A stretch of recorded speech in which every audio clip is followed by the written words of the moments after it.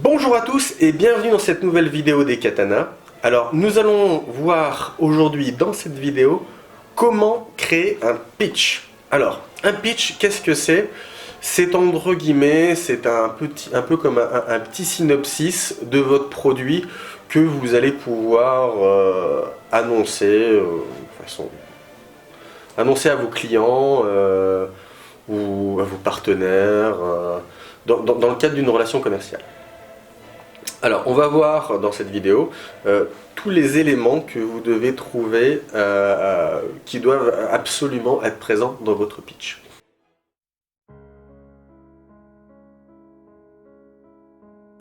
Alors, le premier point que vous devez absolument faire apparaître dans votre pitch, c'est de quelle manière et comment votre produit ou votre service répond à une problématique de votre client.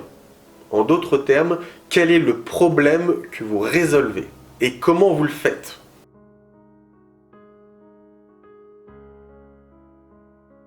Le deuxième point, c'est de savoir à qui s'adresse ce produit ou ce service. Alors, est-ce que ça serait important de donner, de raisonner à différents niveaux. Alors déjà dans un premier temps, on peut avoir un profil psychologique, un portrait robot, un persona à soumettre, à qui le produit va être vendu ou le service va être proposé. Promettre aussi, proposer des données marché, en d'autres termes, de façon un peu plus tribale, combien de millions de personnes ou de centaines de milliers de personnes sont intéressées potentiellement par ce produit ou ce projet. Alors, encore une fois, ces informations-là, normalement, vous les avez avec des... Alors, vous les avez jusqu'à un certain point avec les tests que vous avez fait sur les réseaux sociaux, les landing pages, Google Keywords Planner, Google Analytics, Google Trends. Voilà, ça devrait être relativement simple pour vous d'être capable de soumettre ce type de données. Et d'être précis également à ce sujet-là.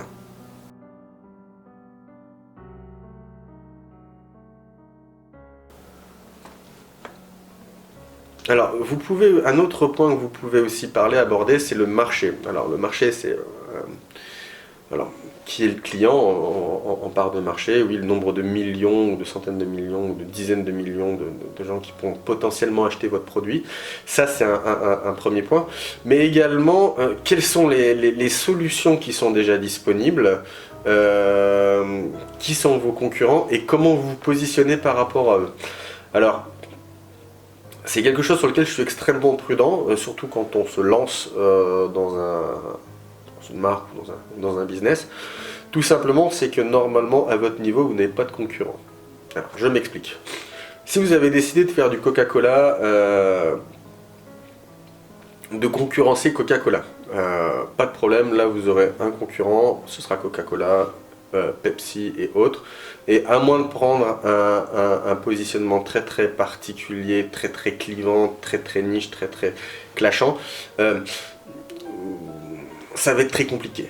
Par contre, si vous faites comme la majorité des startups, vous lancez un service qui vous permet, je sais pas, d'améliorer l'achat de vos courses en ligne, aujourd'hui, avoir un concurrent, faire une analyse complète sur les concurrents, ça ne sert à rien.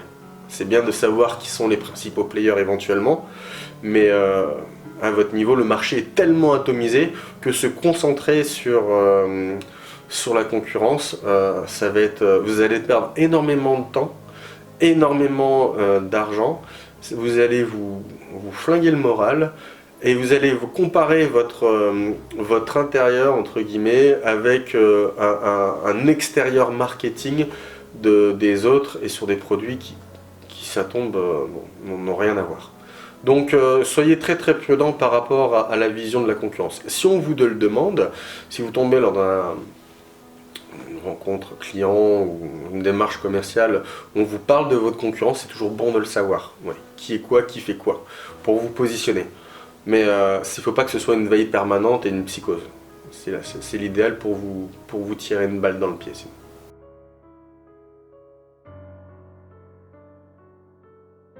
Un autre point qui est intéressant d'avoir, c'est une vidéo de démonstration. Voilà, vraiment pour illustrer ce que votre service ou votre produit peut faire. Alors, pourquoi je préfère la vidéo que la démonstration en live?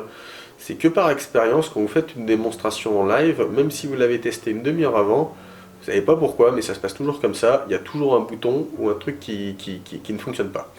Et vous vous retrouvez, alors soit vous êtes très à l'aise dans l'impro et vous partez du principe que ce que votre, c'est comme dans le théâtre, hein, ce que votre spectateur ne voit pas, si vous faites une erreur, votre spectateur ne le saura pas, sauf si vous dites « Oh mon Dieu, j'ai fait une boulette ». Voilà, sur les démonstrations de produits, c'est la même chose. Si vous êtes suffisamment à l'aise à l'oral pour qu'il y ait un petit pépin et que vous soyez capable de gérer la situation en live, pourquoi pas, c'est encore mieux, tant que le pépin n'est pas trop grave. Et ça donne vraiment un côté très proche entre le produit, le service et l'acheteur potentiel. Si vous n'êtes pas à l'aise avec ça, prenez les formats vidéo, vous limitez le risque et c'est bien mieux comme ça, croyez-moi.